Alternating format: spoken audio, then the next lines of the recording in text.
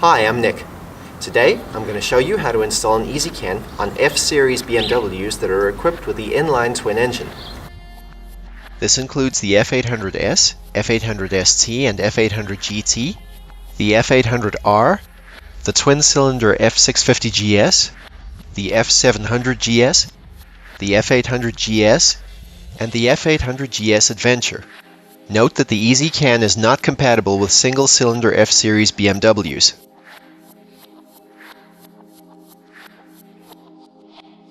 To install an ezCAN on any twin-cylinder F-series BMW, consider the accessories you want to mount and where you want to mount them, and make sure you assign the right accessories to the right power output channels.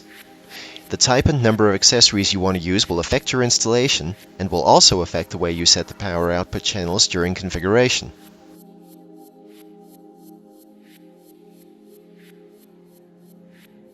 The ezCAN has 4 power output channels.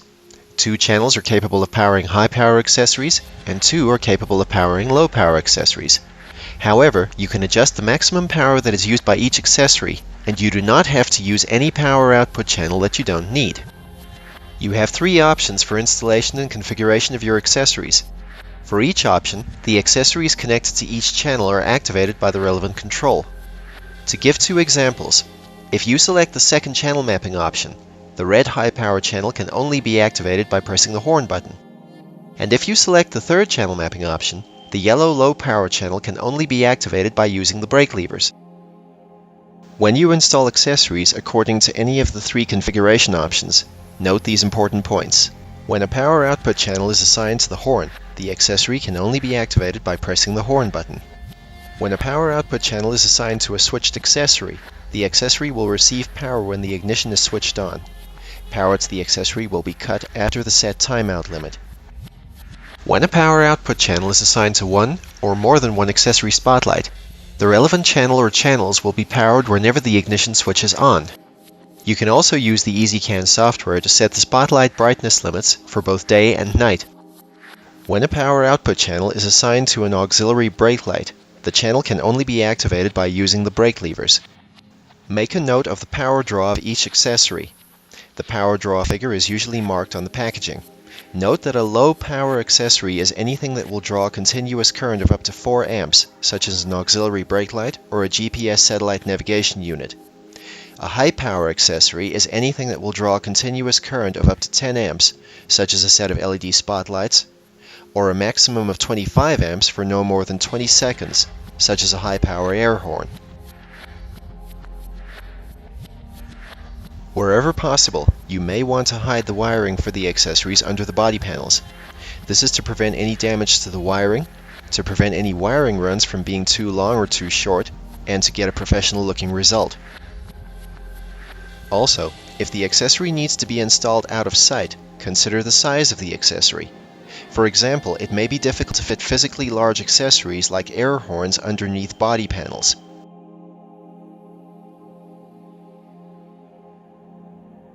Park the motorcycle on its center stand. Remove the seat. Remove the center trim panel. The battery is located under the center trim panel. Disconnect the battery wiring harness terminals from the battery. Always disconnect the negative terminal first. This is to help prevent sparks from igniting any flammable gas. Remove the ezCAN from its packaging. Note the length of the wiring harness and the number and types of terminal plugs. I'll explain these as we go along. Install the main body of the ezCAN under the seats by using the Velcro strips supplied with the kit. If your motorcycle has DWA, that is, an anti-theft alarm system, you will see the DWA module in the small compartment under the rear half of the seat in front of the tail light. Note the wiring harness plug connected to the module.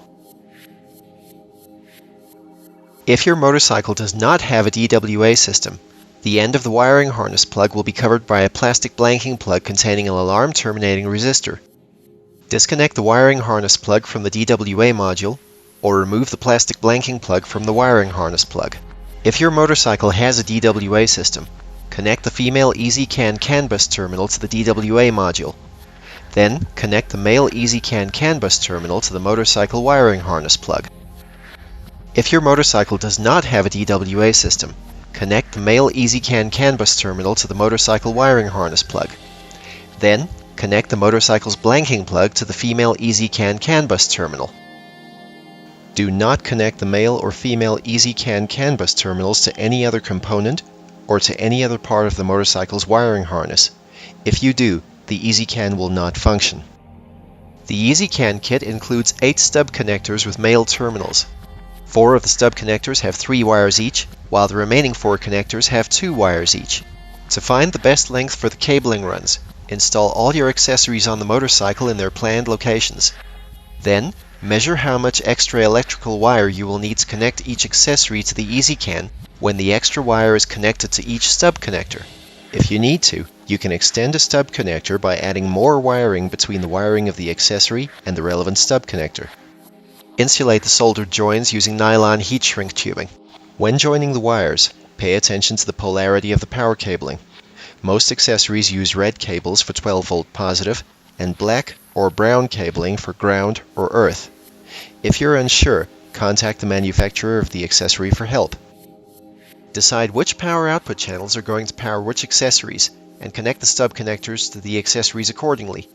Note that all stub connector terminals are numbered.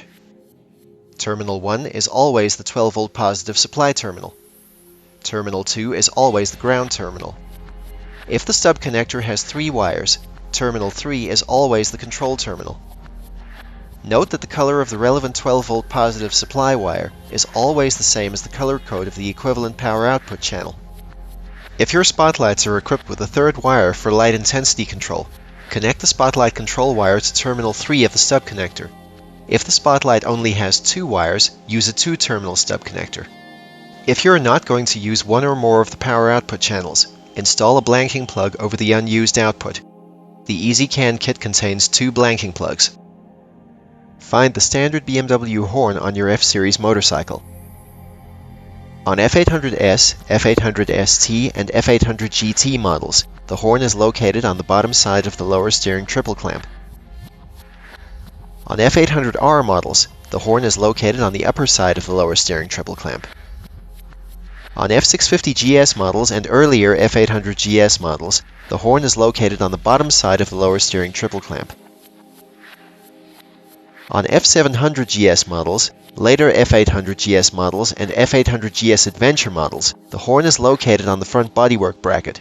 For these motorcycles, you will need to remove the left-hand side bodywork panel to access the horn. If you remove the standard BMW horn, the ezCAN can still control an accessory horn.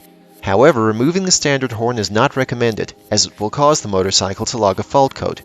The ezCAN kit contains a horn harness with 1 terminal pin, branching out to 2 sets of 2 terminal pins. You only need to install the horn harness if you are fitting 1 or more accessory horns. If accessory horns are fitted without fitting the horn harness, the accessory horns will not function, the strobe when a horn active feature will be disabled, and the motorcycle may also log horn-related fault codes. Connect the end of the green wire with 1 terminal pin to the 1-pin terminal on the ezCAN. Disconnect the motorcycle's horn connection from the standard horn. Connect the male 2-pin plug of the horn harness to the horn connection on the BMW wiring harness. Connect the female 2-pin plug of the horn harness to the standard BMW horn. If you want to install an accessory horn, connect the accessory horn to the chosen high power output stub connector and connect the stub connector to the correct power output plug on the ezCAN. For best reliability, connect the stub connectors to the wiring of your accessories by soldering the wires and insulate the soldered joins using nylon heat shrink tubing. Route both the ezCAN power supply cables along the motorcycle's rear subframe and under the side panel over the rear side of the engine air box to the battery. Connect the orange power supply cable to the battery positive terminal. Connect the brown ezCAN power supply cable to the battery negative terminal. Make sure that both battery terminals are securely tightened.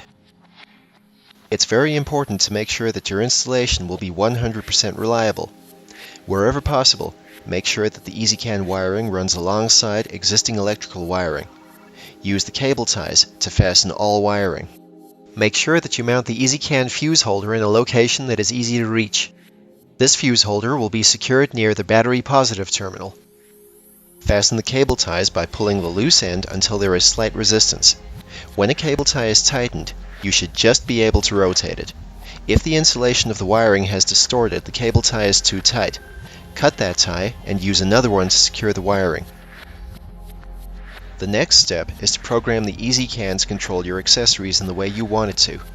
To do this, refer to the configuration video on hexezcan.com. Reinstall the center trim panel and all other body panels that you may have removed. Finally, reinstall the seat. The motorcycle is ready to ride. Thanks for watching. You can find the video on how to configure and operate your ezCAN at www.hexezcan.com.